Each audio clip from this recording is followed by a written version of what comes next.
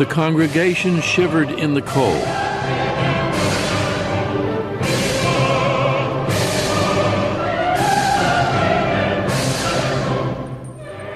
Notre Dame echoed with the sounds of 400 musicians and singers.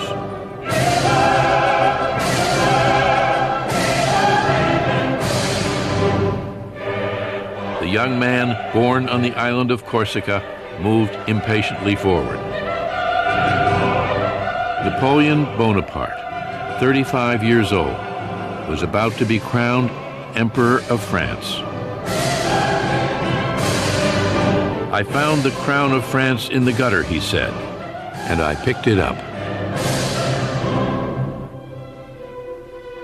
It was December 2nd, 1804. Within 3 years, Napoleon's conquest would extend his empire across almost all of Europe, and he would rule over 70 million people. Not since the ancient Caesars had one man held so much power. Napoleon changed the world. Here is a man who rises not on the basis of his blood, not on the basis of his background, but on the basis of his ability. No one else has appeared like him, has dominated the world like he has. Qu'est-ce que Napoléon? What is Napoleon? C'est une main. It's a hand in a shirt. C'est un It's a strange hat. C'est bizarre.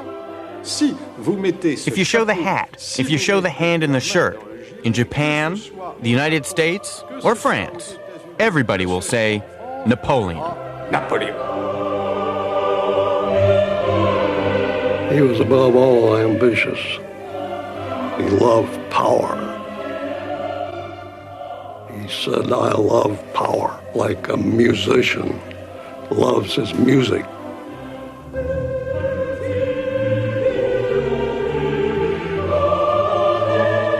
Napoleon mounted the steps to the altar alone.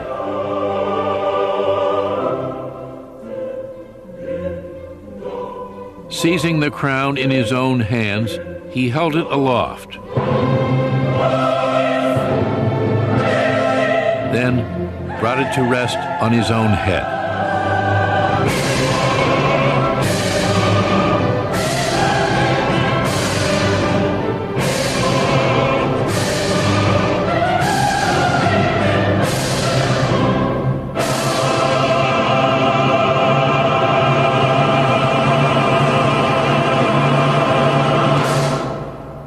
That morning, he had quietly told his brother, "If only our father could see us now."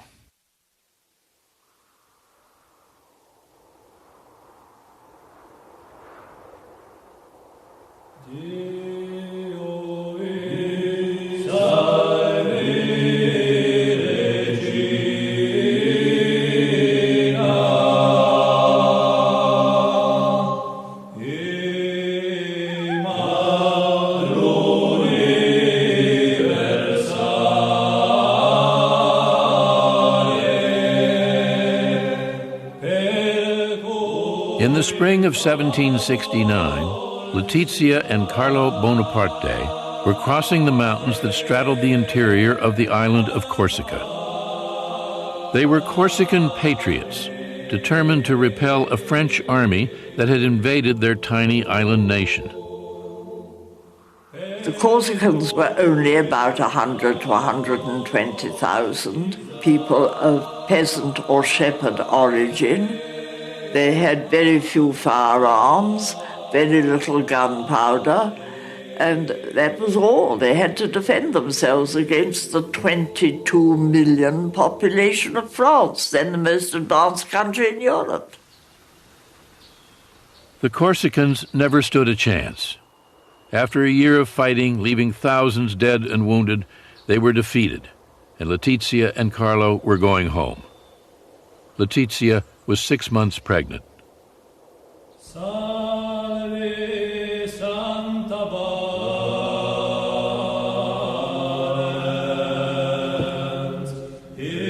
That summer, Letizia was celebrating the Feast of the Assumption when she felt her first labor pains.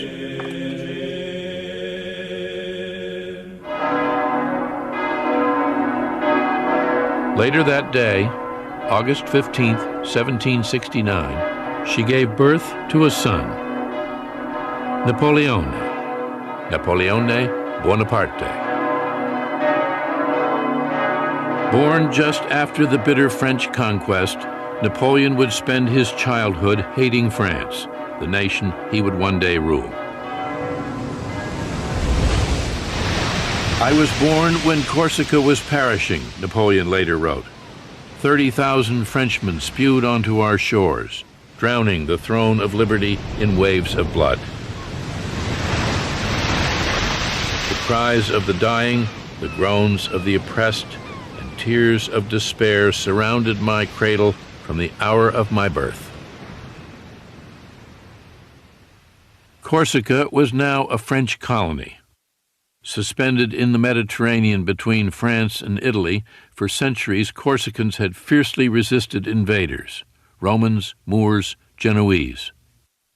After the French victory, Corsican rebels fled to the mountains, where they continued to fight on. But Napoleon's father, Carlo, a 23-year-old university student, readily submitted. Soon he was wearing powdered wigs, embroidered waistcoats, and silver-buckled shoes. Napoleon never forgave him for betraying his Corsican heritage. He would later say harshly that his father was rather too fond of pleasure. I think Napoleon always held a grudge against his father for having submitted. But poor Carlo, he knew he had lost the battle. He realized the French were there, so he had to live with them and make the best of it. Carlo began practicing law, won election to the Corsican Assembly, and rose in the esteem of the French rulers. But Napoleon rarely had a good thing to say about him.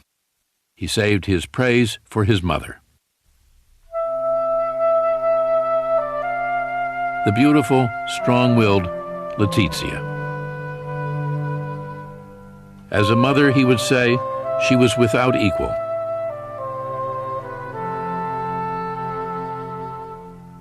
He was obsessed by her, fascinated by her, praised her enormously. She was a very tough and determined little woman.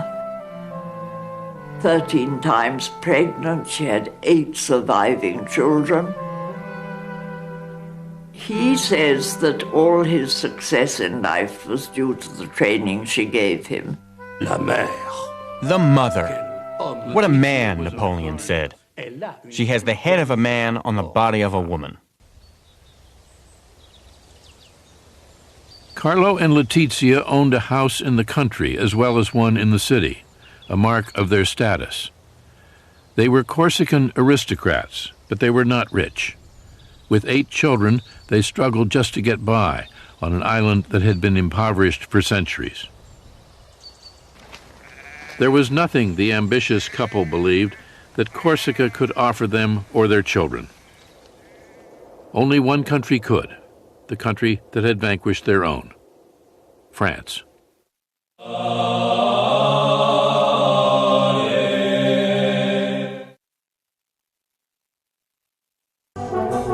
As a representative of the Corsican Parliament, Carlo traveled to Versailles. There he saw the splendor of the French court in all its majesty.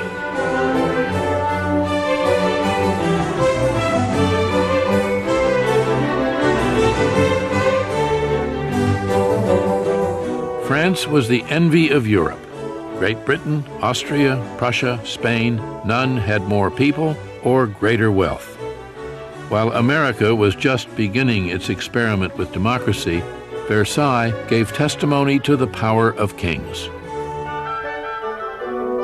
Carlo was an awestruck provincial. Rumblings of discontent with King Louis XVI and aristocratic privilege were no concern of his. That Queen Marie Antoinette and a frivolous court were draining France of precious resources did nothing to diminish Carlo's delight in everything he saw. He dreamed that one day his children would become noblemen in that glittering citadel of power in which he had no place. For years, Carlo had nourished a plan. In Versailles, he saw it come true. He secured Napoleon a scholarship to a school in France. Napoleon set foot in France for the first time in the winter of 1778. A thin, sallow 9-year-old, accustomed to the warmth of the Mediterranean, suddenly alone on the windswept plains of northern France.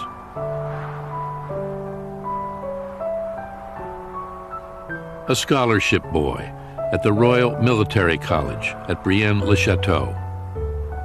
He could hardly speak French. For the next 5 years, there would be no holidays, no visits home. He had no love of France. He still thought of himself as a grudging subject of an alien king. Il se sent corse. Et il est entouré. He thinks of himself as a Corsican. He is surrounded by students who are the children of French aristocrats, and they have nothing in common with this little foreigner. Donc, lui, qui est un être fier, And since he is quite proud, he becomes a loner. il va s'isoler, il va se mettre à part.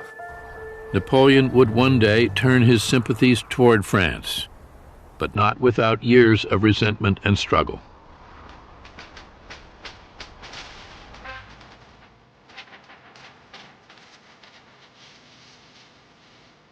He was 15 when he was promoted to the Royal Military Academy in Paris.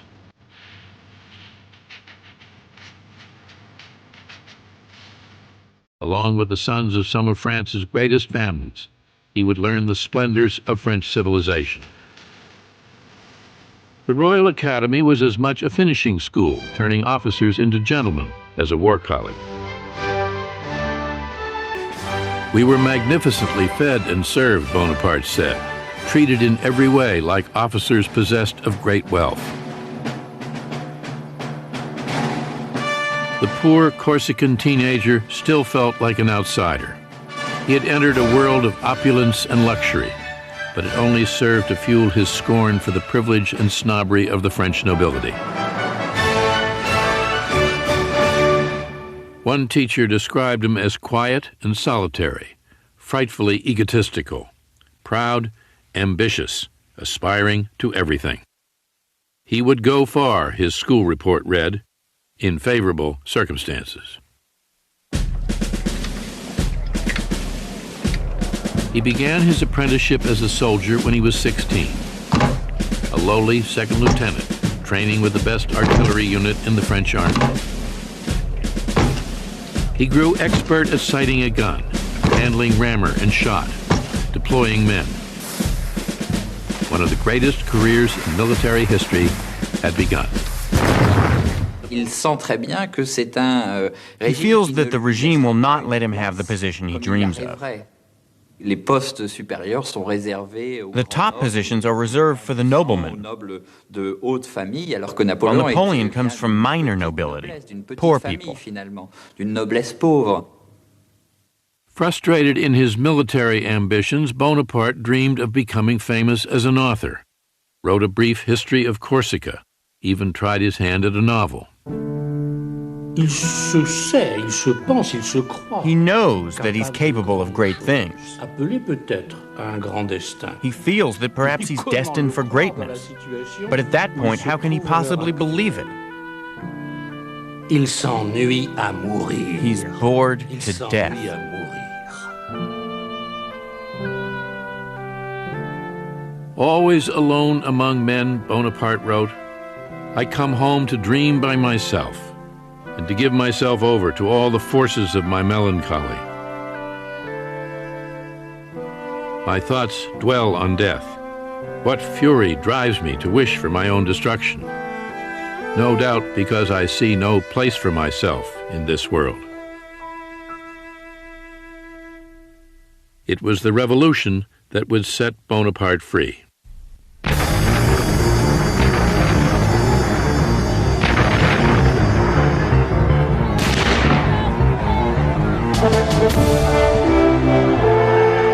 On July 14th, 1789, Paris erupted.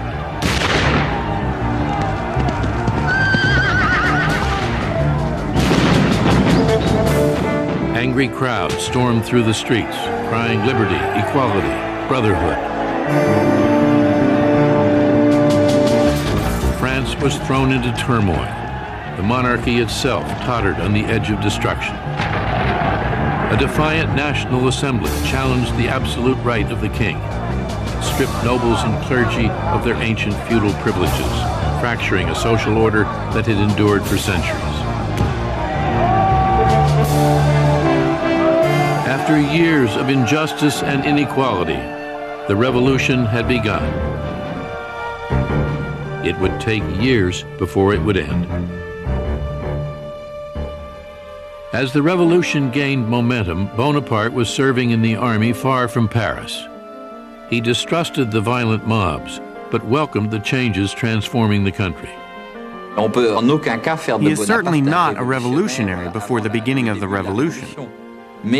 But Bonaparte welcomes the revolution as good news. It almost has a religious impact for him, because all of a sudden he feels that the revolution is going to open up French society. La révolution va ouvrir la société française. L'abolition des privilèges, le fait que la société française ne va plus It would connaître abolish privileges, hiérarchie, put an end to hierarchies and the kind of condescension from which Napoleon had suffered while he was growing up. jeune Napoléon dans sa jeunesse. Bonaparte était un jeune homme. Bonaparte was a man of his times, and to be 20 years old in 1789 is very important. Napoleon's destiny and the destiny of the whole country become the same.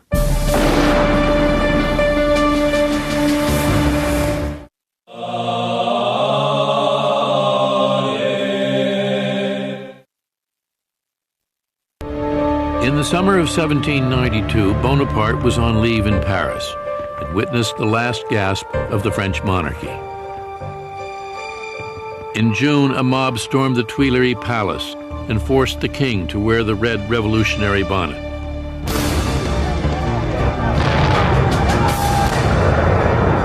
In August, the mob massacred the king's Swiss guard.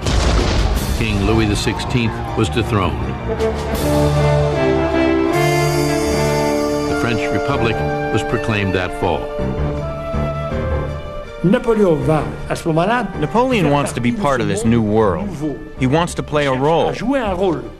And he starts in a place he knows very well. He starts with Corsica. Donc il commence par la Corse.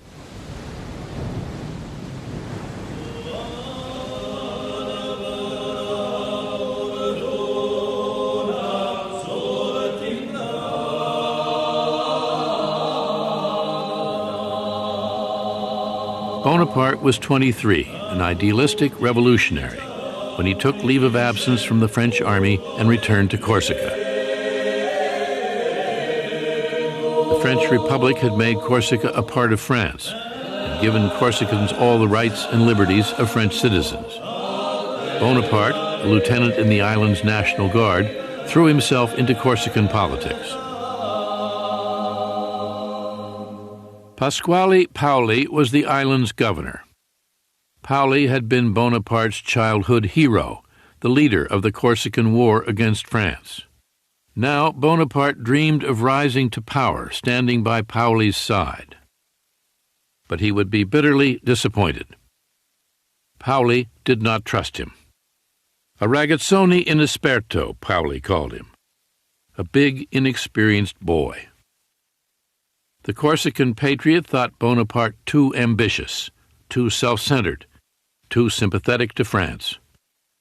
Bonaparte and Paoli are on totally different wavelengths. Paoli retains the idea that Corsica should be independent.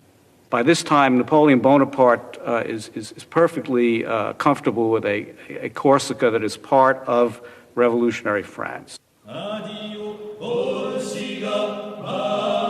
Bonaparte soon became the leader of a faction opposed to Paoli. Clan rivalry ran deep on the island, intensifying the political struggle between the two men. Paoli's partisans and Bonaparte's were soon at war. In the end, Paoli proved too strong. Bonaparte's home was sacked and he was forced to flee to the mountains. The Corsican Assembly declared Bonaparte and his entire family traitors and enemies of the fatherland, condemned to perpetual execration and infamy. Bonaparte no longer had the right to live in Corsica. He had been given a death sentence by his own people. His idealism shaken, Bonaparte wrote his brother, "Among so many conflicting ideas, the honest man is confused and distressed. Since one must take sides, one might as well choose the side which is victorious. Considering the alternative, it is better to eat than be eaten." The defeat in Corsica, the break with his hero Paoli, had toughened him, made him shrewd, and turned him toward France. From the time when there is this breakup with Paoli's Corsica, he is French. He wants to be French. He is French.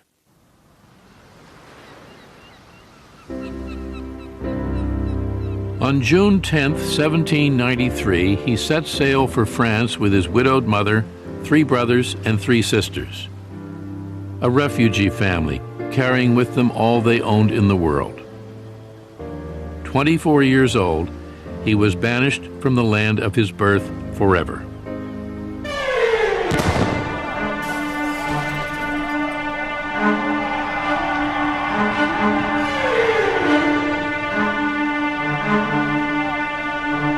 Bonaparte returned to France to find the French fighting among themselves.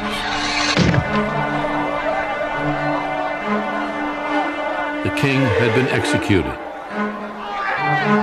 The queen and thousands more followed him to the guillotine. There were cities in revolt, uprisings in the provinces. Maximilien Robespierre was in charge now. The austere, moralizing leader suspended the Constitution, vowing to save the Republic from its enemies at any cost. The revolution turned into the Terror.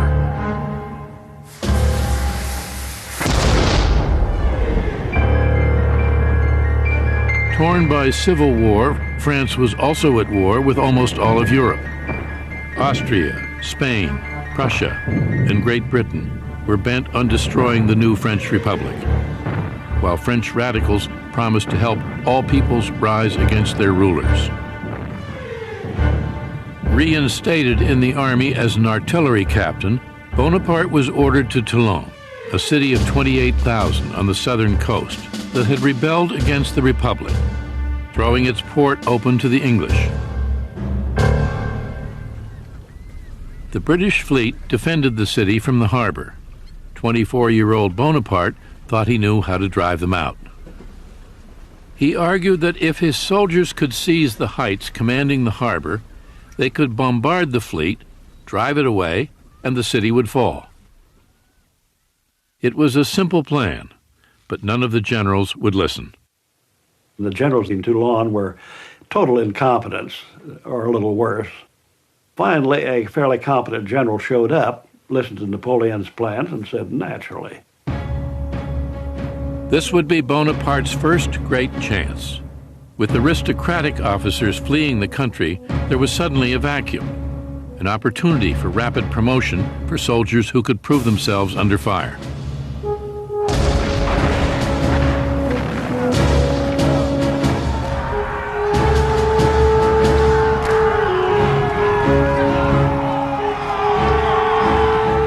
Bonaparte fought bravely, leading his men in the assault on the fort guarding the heights, suffering a wound in the thigh from an enemy bayonet. 10 ships went up in flames. The British fled. Toulon was recaptured and Bonaparte promoted.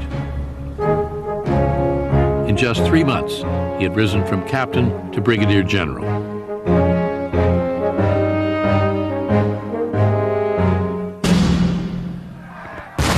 The Republic continued to fight for its life, still clashing with enemies beyond its borders, still in turmoil at home. With France in chaos, threatened on all sides, Robespierre showed no mercy in his efforts to bring about unity and order. Liberty, he said, cannot be secured unless criminals lose their heads. Determined to make his voice heard, Bonaparte wrote a political tract in support of Robespierre. The young soldier hated the terror, but he hated chaos even more. Bonaparte is really a man of order. For him, order has to serve ideals, exactly the idea of Robespierre. It is necessary to suspend liberties in the name of liberty. In order to save liberty, to save the Republic, it's necessary to suspend individual liberties. In the summer of 1794, Robespierre's government fell. Now it was the turn of those who made the terror to die, including Robespierre.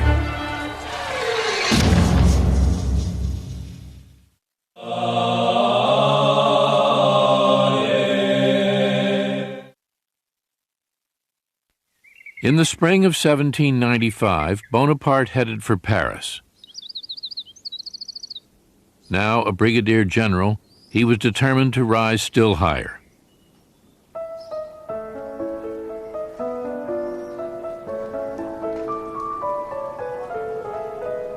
France had a new constitutional government.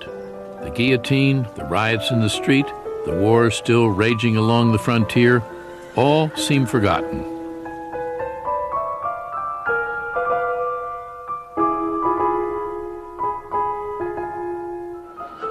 Bonaparte frequented the salons where the women who dominated Paris society held court.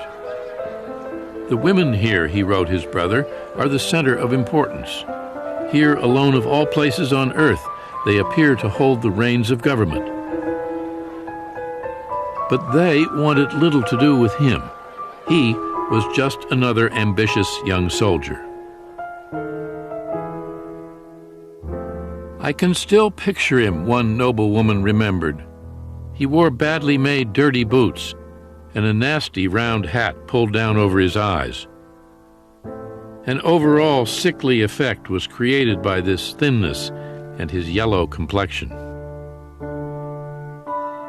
Bonaparte seemed to have come to a dead end.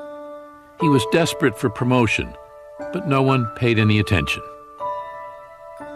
If this continues, he wrote his brother, I shall end by not stepping aside when a carriage rushes past. Then political turmoil once again gave him his chance. On October 5, 1795, crowds of Parisians stormed through the streets alongside National Guardsmen bent on restoring the monarchy. The rebellion threatened to topple the Republic. The government called on Bonaparte to repel the attack. There wasn't much other choice, actually, when this rebellion broke. There aren't any competent generals in Paris. Here's young Bonaparte. He's a man of conviction. Put him in. Napoleon was not one to pussyfoot around. He would use all his weapons. Nobody had really used cannon on the Paris mobs before.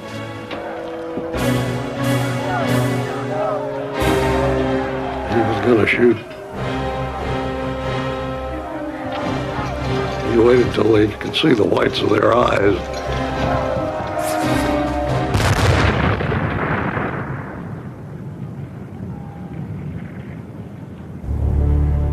The enemy attacked us, Bonaparte wrote his brother. We killed a great many of them. Now all is quiet. I could not be happier.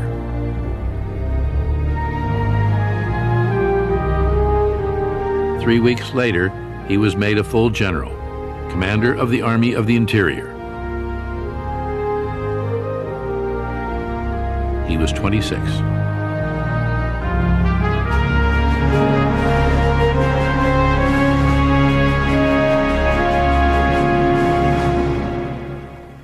Bonaparte was now a man to be reckoned with.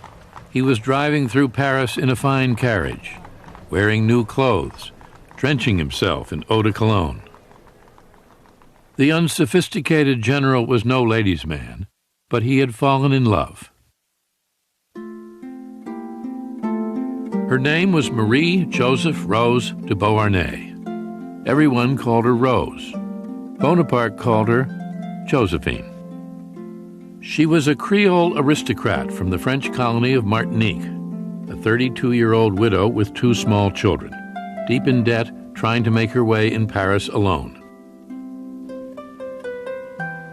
Languid, with a nonchalant shading into indolence, she was known as a woman of refinement, charm, and grace.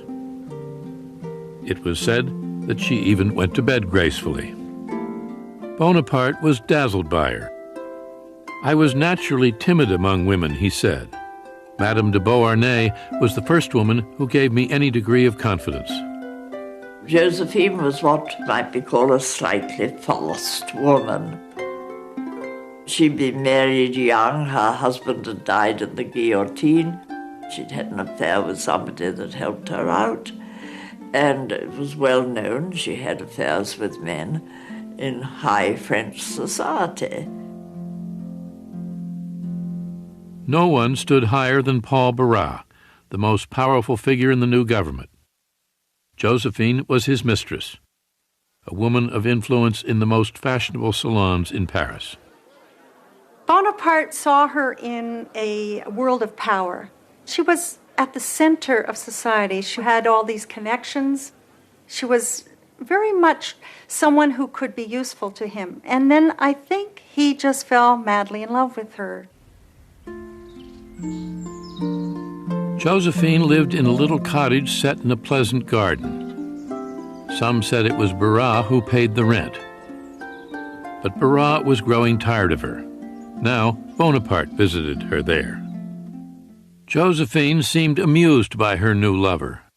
Although she knew how to please him, she did not return his passion. When Bonaparte proposed marriage, she hesitated. She wasn't attracted to him at all. In fact, she told a friend later that for a long time, she had to overcome a feeling of repugnance. He was so serious and he had no sense of humor. He was skinny. His hair was kind of hanging and he was unkempt. Mais elle sait que la beauté passe. But she knows her beauty is vanishing. Already her teeth are bad, she's getting wrinkles. Napoleon doesn't see it, but others see it, and she sees it. Her looks fading and her debts mounting, she needed a protector. On March 9, 1796, Napoleon Bonaparte and Josephine de Beauharnais were married. A gold enameled medallion was the general's wedding gift to his bride. On it were inscribed the words, "To Destiny."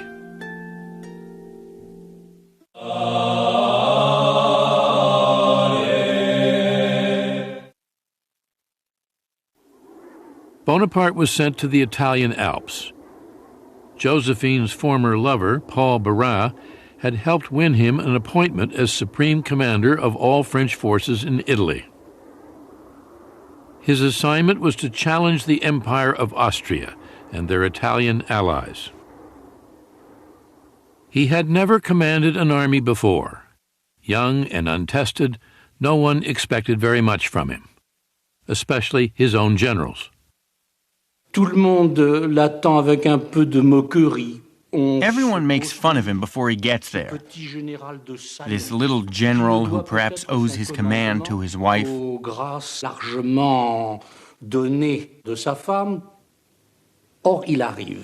Then he arrives, and within a few moments the veterans who made fun of him understand exactly.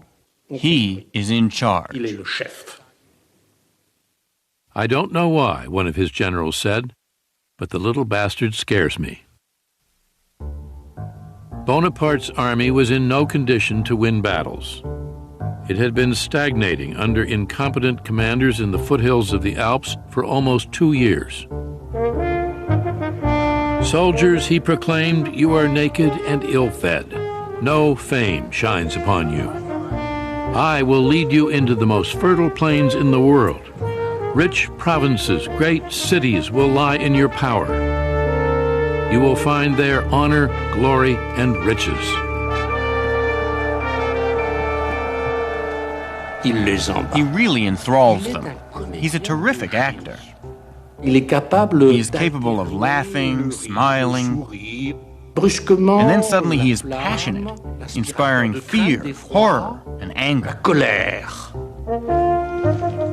On April 2nd, 1796, Bonaparte led his army forward. He was badly outnumbered. 38,000 French soldiers faced 38,000 Austrians and their allies, 25,000 Piedmontese. Bonaparte planned to isolate the Austrians from the Piedmontese, then conquer each separately. He would strike first at Piedmont. In just 2 weeks, he won 6 battles, took thousands of prisoners, and broke the back of Piedmont's army. One Piedmontese officer would later complain, "They sent a young madman who attacks right, left, and from the rear. It's an intolerable way of making war." On April 26th, Piedmont surrendered. Bonaparte demanded gold and silver and paid his troops, the first real money they had seen in years. "Soldiers," he said, "we thank you." While Bonaparte led his soldiers into battle, he never stopped thinking of Josephine, writing her letter after letter, day after day.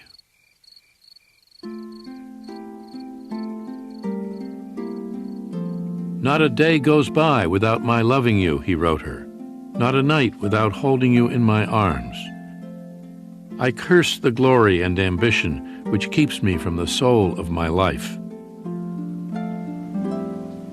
Whenever I am troubled as to how things will turn out, I put my hand to my heart where throbs your likeness. I have but to look at it, and my love is perfect happiness." Josephine would sometimes read his letters aloud to friends. Bonaparte, she told them, is so amusing. With Piedmont defeated, Bonaparte was now pursuing the Austrians, who retreated to the east, bewildered by the 26-year-old general and his new way of making war. In the 18th century, there were nobles commanding on both sides, and they had a certain code. The armies would maneuver, and very often, if one had the other in check, that would be the end of it. There would be no fight. Napoleon was, in a way, the first modern general. He did not accommodate those old codgers on the other side at all. He attacks every day. He attacks when it snows, he attacks at night, he attacks when it's cold. It's not the way the game is played. He looks for the enemy, fights it, and when they assume that he's going to stop, he continues. The next day, he fights again. It surprises them.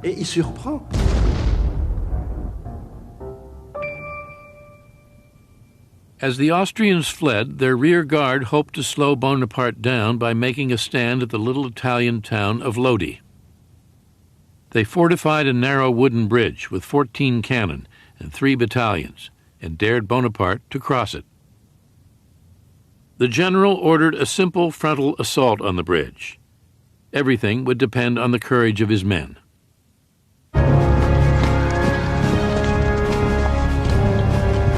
He had earned their admiration with his rapid string of victories. Now he would find out if he also had their faith. How do you incite men to do something like that? It's charisma. I mean, he got tremendous presence. Napoleon was a master at motivating his soldiers.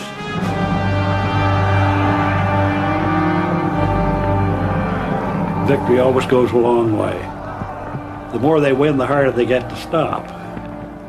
His troops were pretty well hepped up. They'd been chasing Austrians now for weeks, and they went forward.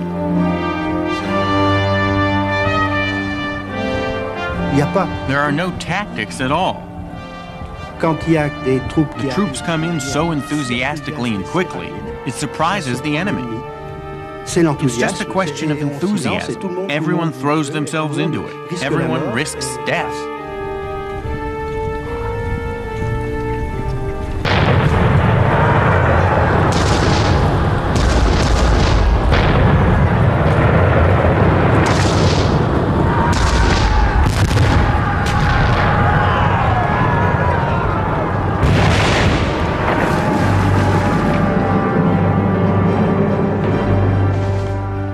With his men facing withering enemy fire, Bonaparte was in the thick of it.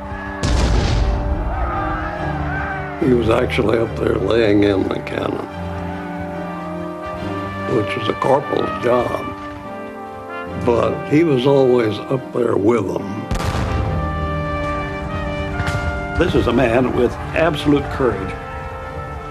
He's wherever he's needed. If he's needed up at the very front to encourage people, he's there. He takes physical risks.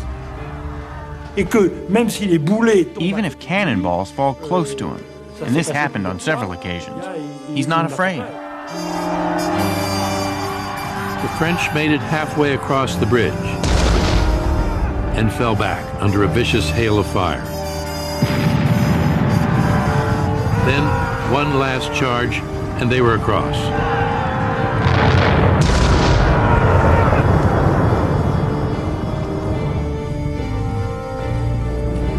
The Austrian guns fell silent. Here they thought they were safe behind the river, holding the bridge. Once the French come across the bridge and beat the living Jesus out of them. It's a real spectacular job. It wasn't a big battle. The casualties were not particularly heavy, but he had imposed his will on his own men and the enemy, both. It was not a great victory. The Austrian army had in fact escaped. But Bonaparte had won the respect and devotion of his men. He came out all sweaty and grimy and covered with gun smoke. The troops liked that. They began calling him the Little Corporal right there. It was, you identify with us, you're our corporal.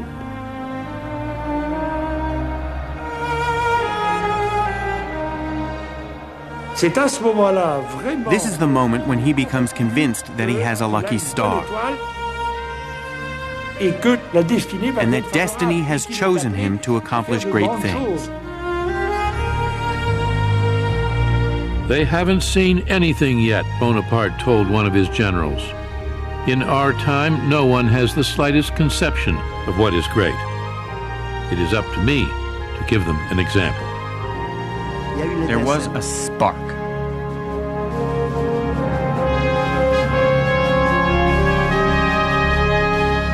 The battle at Lodi convinced Napoleon Bonaparte that he was a man of destiny. From that moment, he said, I foresaw what I might be.